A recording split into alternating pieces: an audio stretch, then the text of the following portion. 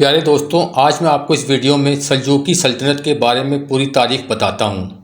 سلجوقی سلطنت اسلامی تاریخ کی ایک اہم اور طاقتور سلطنت تھی جس نے اپنے دور میں بہت سی فتوحات کیں اور اسلامی تہذیب و تمدن میں نمایاں کردار ادا کیا۔ یہ سلطنت 11ویں اور 14ویں صدی تک وسط ایشیا، مشرق وسطیٰ اور انطولیہ کے بڑے حصے پر حکمرانی کرتی رہی۔ سلجوقی خاندان ترک نژاد اور اس کے بانی سلجوق بن دقاق تھے۔ ابتدا اور عروج۔ نمبر 1، سلجوق بن دقاق۔ سلجوقی سلطنت کی بنیاد سلجوق بن دقاق نے رکھی، جو آغوز ترکوں کے ایک قبیلے کے سردار تھے۔ سلجوق نے اپنے قبیلے کو اسلامی تعلیمات کے قریب کیا اور اسلام قبول کیا۔ ان کے پوتے تغرل بیگ اور چگری بیگ نے بھی بعد میں اس سلطنت کی باضابطہ بنیاد رکھی اور اس کو ایک عظیم سلطنت میں تبدیل کر دیا۔ Number 2، Tughril bag. سن 1037 سے لے کے سن 1063 تک ان کی حکومت قائم رہی۔ سلجوقی سلطنت کے بانی تغرل بیگ نے 11ویں صدی میں وسط ایشیا سے نکل کر ایران اور خراسان کے علاقوں میں فتوحات کا آغاز کیا۔ تغرل بیگ کی قیادت میں سلجوقیوں نے عباسی خلافت کو بچایا اور بغداد میں عباسی خلیفہ القائم کی مدد کی۔ سن 1055 میں تغرل بیگ نے بغداد پر قبضہ کر لیا اور عباسی خلیفہ کو سلجوقی فوج کی حمایت میں رکھا۔ نمبر 3، چگری بیگ اور ان کے کارنامے۔ تغرل بیگ کے بھائی چگری بیگ نے بھی خراسان اور ارد گرد کے علاقوں میں فتوحات کیں۔ دونوں بھائیوں نے مشترکہ طور پر سلجوقی سلطنت کو مضبوط کیا اور اس کی بنیادوں کو مستحکم کیا۔ اب کچھ ذکر سلجوقیوں کی فتوحات کا کرتے ہیں۔ نمبر 1، ایران کی فتح۔ تغرل بیگ کے دور میں سلجوقیوں نے ایران کے مختلف علاقوں پر قبضہ کیا اور اسے اسلامی سلطنت کا حصہ بنایا۔ ایران کی فتح کے بعد سلجوقیوں نے اس علاقے کو ایک مضبوط اور مستحکم سلطنت میں تبدیل کیا۔ نمبر 2، بغداد کی فتح۔ سن 1055 میں سلجوقیوں نے بغداد پر قبضہ کیا اور عباسی خلافت کو اپنے زیر تسلط لے لیا۔ اس فتح نے عباسی خلیفہ کو بظاہر اقتدار میں رکھا، لیکن عملی طور پر سیاسی اقتدار سلجوقیوں کے ہاتھ میں آ گیا۔ نمبر 3، انطولیہ کی فتح۔ سلجوقیوں نے بازنطینی سلطنت کے علاقوں پر بھی حملے کیے اور انہیں شکست دی۔ سن 1071 میں جنگ ملاسکرت میں سلجوقی سلطان الپ ارسلان نے بازنطینی شہنشاہ رومانس چارم کو شکست دی۔ اس کے نتیجے میں انطولیہ کا بڑا حصہ سلجوقی قبضے میں آ گیا۔ الپ ارسلان سن 1063 سے لے کے سن 1072 تک ان کے دور کی فتوحات رہیں۔ الپ ارسلان تغرل بیگ کے بھتیجے اور چگری بیگ کے بیٹے نے سلجوقی سلطنت کو مزید وسعت دی۔ ان کے دور میں سلجوقیوں نے وسط ایشیا اور بازنطینی علاقوں پر مسلسل حملے کیے۔ جنگ ملاسکرت سن 1071 میں لڑی گئی۔ الپ ارسلان کی قیادت میں سلجوقیوں نے ملاسکرت کے مقام پر بازنطینی فوج کو شکست دی اور بازنطینی شہنشاہ رومانس چارم کو قیدی بنا لیا۔ اس جنگ کے بعد انطولیہ کا دروازہ مسلمانوں کے لیے کھل گیا اور سلجوقیوں نے یہاں اسلامی ریاست کی بنیاد رکھی۔ انطولیہ میں اسلامی ریاست کا قیام۔ جنگ ملاسکرت کے بعد سلجوقیوں نے انطولیہ میں اپنی حکومت قائم کی، جو بعد میں سلجوقیان نے روم کہلائی۔ اس اسلامی ریاست نے انطولیہ کو بازنطینی اثرات سے آزاد کیا اور اسے ایک اسلامی مرکز میں تبدیل کر دیا۔ سلطان ملک شاہ سن 1072 سے لے کے سن 1092 تک۔ الپ ارسلان کے بعد ان کے بیٹے ملک شاہ نے سلجوقی سلطنت کی قیادت سنبھالی۔ ملک شاہ کے دور میں سلطنت اپنے عروج پر پہنچ گئی۔ ان کے وزیر اعظم نظام الملک نے ملک کی نظامی حکومت کو منظم کیا اور تعلیم و عدل کے شعبے میں اصلاحات کیں۔ نظام الملک کا کردار۔ نظام الملک ایک انتہائی قابل اور دانش مند وزیر تھے جنہوں نے سلجوقی سلطنت کو مستحکم کرنے میں اہم کردار ادا کیا۔ انہوں نے مدارس کا جال بچھایا اور تعلیمی نظام کو فروغ دیا۔ ان کے قائم کردہ مدارس میں اسلامی تعلیمات کے ساتھ ساتھ سائنس، فلسفہ اور دیگر علوم بھی پڑھائے جاتے تھے۔ ملک شاہ کے دور میں سلجوقیوں نے مشرق وسطیٰ کے مزید علاقوں پر قبضہ کیا اور اپنی سلطنت کو مستحکم کیا۔ ان کے دور میں اسلامی سلطنت کی سرحدیں بہت وسیع ہو گئیں اور سلجوقی حکومت نے عوام کو امن و امان فراہم کیا۔ سلجوقی سلطنت کا زوال۔ سلطنت کا تقسیم ہونا۔ ملک شاہ کے بعد سلجوقی سلطنت میں اندرونی اختلافات اور خانہ جنگیوں کا آغاز ہوا۔ ملک شاہ کے بیٹوں کے درمیان اقتدار کی جنگیں شروع ہو گئیں، جس کے نتیجے میں سلطنت کمزور ہونے لگی۔ سلجوقیان روم کا قیام۔ سلجوقی سلطنت کے تقسیم ہونے کے بعد سلجوقیان روم نامی ایک نئی ریاست وجود میں آئی، جو انطولیہ میں قائم ہوئی۔ یہ ریاست سلجوقیوں کی اصل سلطنت سے علیحدہ ہو گئی اور مقامی سطح پر ایک الگ حکومت بن گئی۔ منگولوں کے حملے۔ 13ویں صدی میں منگولوں نے سلجوقی علاقوں پر حملے کیے اور ان کی طاقت کو ختم کر دیا۔ منگولوں کے حملوں نے سلجوقی سلطنت کو مکمل طور پر بکیر دیا اور ان کا اقتدار ختم ہو گیا۔ سلجوکیوں کا ورثہ۔ سلجوکیوں نے اسلامی تہذیب و تمدن میں ایک نمایاں کردار ادا کیا۔ انہوں نے اسلامی تعلیمات کو فروغ دیا، عدل و انصاف کا نظام قائم کیا اور علم و حکمت کے مراکز قائم کیے۔ سلجوکی دور میں علم و فنون، فلسفہ اور سائنس کو بہت فروغ ملا۔ سلجوکی سلطنت کے دور میں قائم کیے گئے مدارس نے بعد کے اسلامی ادوار میں علم کی ترسیل اور فروغ میں اہم کردار ادا کیا۔ سلجوکی دور میں نظام الملک نے جو مدارس قائم کیے وہ اسلامی دنیا میں علم و حکمت کے اہم مراکز بنے۔ ان مدارس میں بڑے بڑے علماء اور فلسفہ تعلیم حاصل کرتے رہے، جنہوں نے اسلامی فکر و فلسفے کو نئی جدت دی۔ سلجوکیوں نے اسلامی فن تعمیر میں بھی نمایاں خدمات انجام دیں۔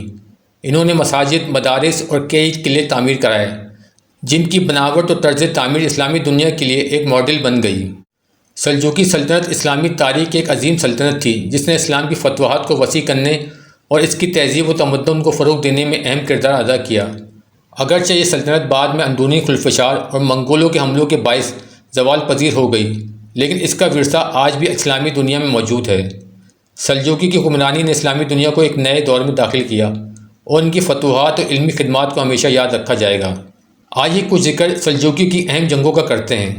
سلجوکی سلطنت اسلامی تاریخ میں ایک طاقتور اور جنگجو سلطنت تھی، جس نے اپنے دور میں کئی اہم جنگیں لڑیں اور اسلامی دنیا کی سرحدوں کو وسعت دی۔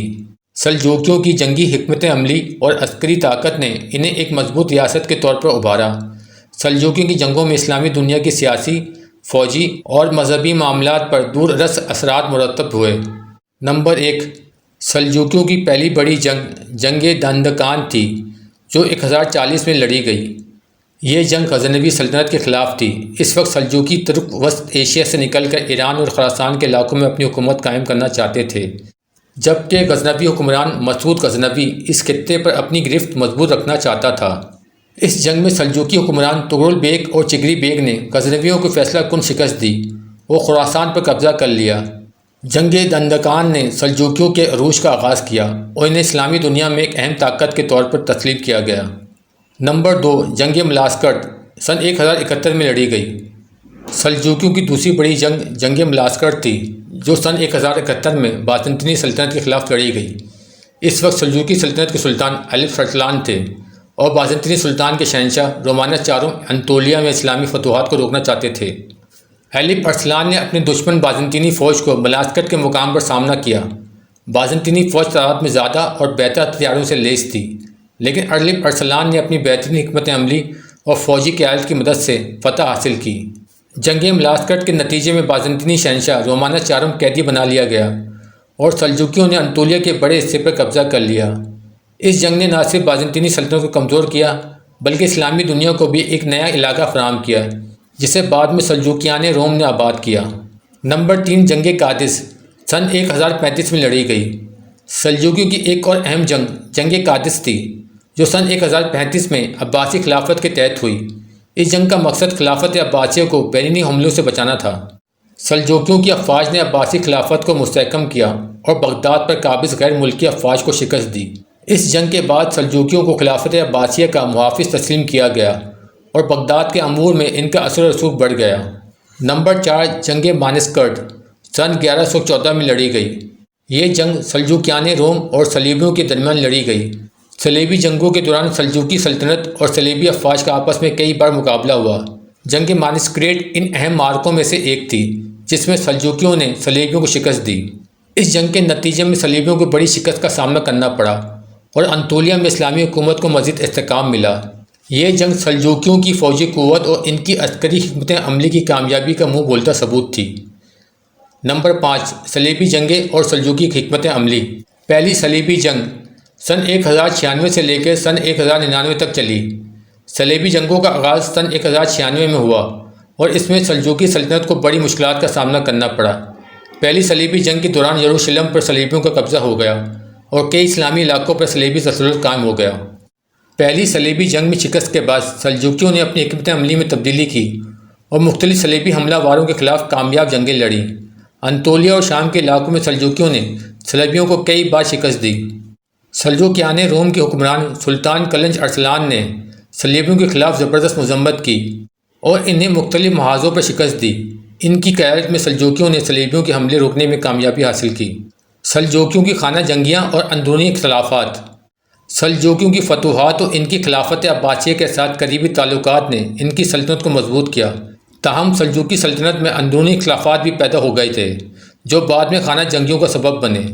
سلجوکی سلطنت کے اندرونی اختلافات نے سلطنت کو کمزور کیا اور خانہ جنگیوں کا آغاز ہوا۔ ملک شاہ کے بعد سلطنت کو باضابطہ طور پر مختلف حصوں میں تقسیم کر دیا گیا، جس سے سلجوکی سلطنت کا زوال شروع ہو گیا۔ منگولوں کے حملے۔ 13ویں صدی میں منگولوں نے اسلامی دنیا پر حملے شروع کیے۔ منگولوں کی فوجی طاقت نے سلجوکیوں کو شدید نقصان پہنچایا۔ سلجوکیوں نے منگولوں کے حملوں کا مقابلہ کرنے کی کوشش کی، لیکن منگولوں کی فوجی قوت اور جدید ہتھیاروں کے سامنے سلجوکی سلطنت زیادہ دیر تک کھڑی نہ رہ سکی۔ منگولوں کے حملوں اور اندرونی خلفشار کی وجہ سے سلجوکی سلطنت بتدریج زوال پذیر ہو گئی۔ 13ویں صدی کے آخر تک سلجوکی سلطنت کا زیادہ تر حصہ منگولوں کے قبضے میں چلا گیا۔ سلجوکیوں کی جنگی حکمت عملی۔ سلجوکیوں کی جنگی حکمت عملی میں تیر اندازوں اور تیز رفتار گھوڑ سوار فوج کا اہم کردار تھا۔ ان کے فوجی تربیت اور تنظیم بہترین تھی، جس کی وجہ سے وہ اپنے دور کے سب سے کامیاب فوجی طاقتوں میں شمار ہوتے تھے۔ سلجوکی سپاہیوں کو جنگی فنون اور عسکری حکمت عملی میں مہارت حاصل تھی اور انہوں نے مختلف محاذوں پر اپنے دشمن کو شکست دینے میں کامیابی حاصل کی۔ سلجوکیوں کی جنگوں کا اسلامی دنیا پہ اثر۔ سلجوکیوں کی جنگوں نے اسلامی دنیا کی سرحدوں کو وسعت دی اور اسلامی تہذیب و تمدن کو فروغ دیا۔ ان کی فتوحات نے خلافت عباسی کو بچایا اور اسلامی ریاستوں کا استحکام فراہم کیا۔ اس کے علاوہ سلجوکیوں کی جنگی فتوحات نے اسلامی دنیا کو مغرب اور صلیبی جنگجوؤں کے حملوں سے محفوظ رکھا۔ سلجوکیوں کی جنگیں اسلامی تاریخ میں ایک اہم مقام رکھتی ہیں۔ ان جنگوں نے نہ صرف اسلامی دنیا کی سرحدوں کو وسیع کیا بلکہ اسلامی تہذیب و تمدن کو بھی فروغ دیا۔ سلجوکیوں کی عسکری قوت اور جنگی حکمت عملی نے اسلامی دنیا کو صلیبیوں اور منگولوں جیسے دشمنوں کے حملوں سے بچایا۔